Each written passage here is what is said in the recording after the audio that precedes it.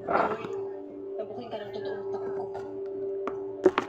Ba ang problema yun? Sa gawin yung pinapagawa ko para makabasa tayo ng ibang bansa.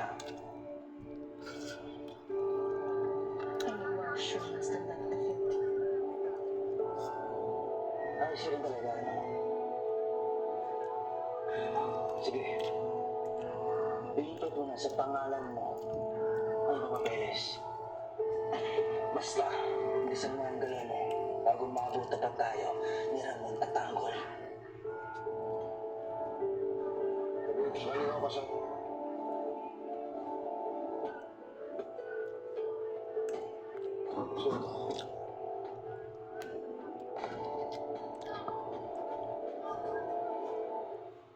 Ay, si Atty. Vera, abogado ko. Bakit ka nga magkano dito?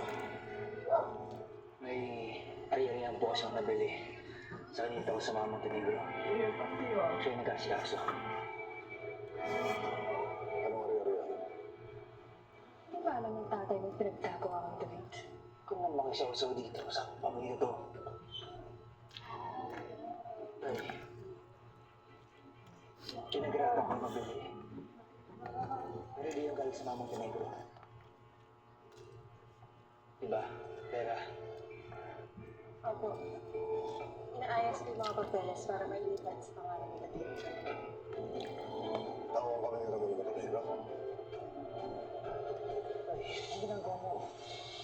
Wala akong tiwala sa mga tao galing sa sindikato.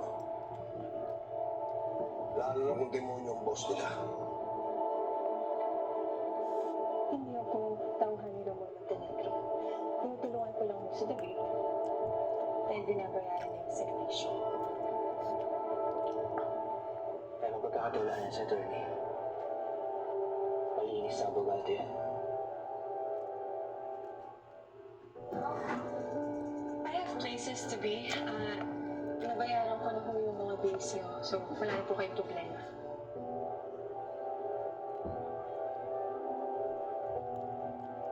Get well soon.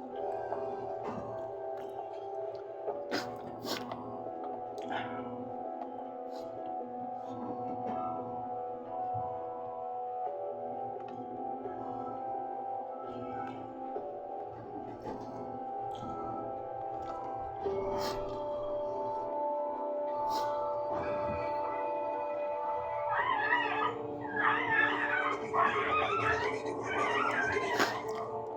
Ang pera na yan, trabahuan ko yan. Huwag na sa mga Montenegro. Kahit na, hindi ko matatanggap na gagamitin mo yung pera niyan. Yung gumawa ng masama, nung nandun ako sa mga Montenegro, silang gumawa ng masama sa akin dahil pinasok nila ako sa iligan ng negosyo. Yung pera na yan, galing sa malinis yan. Ay pinagtrabahuan ko yan at pinaghirapan ko.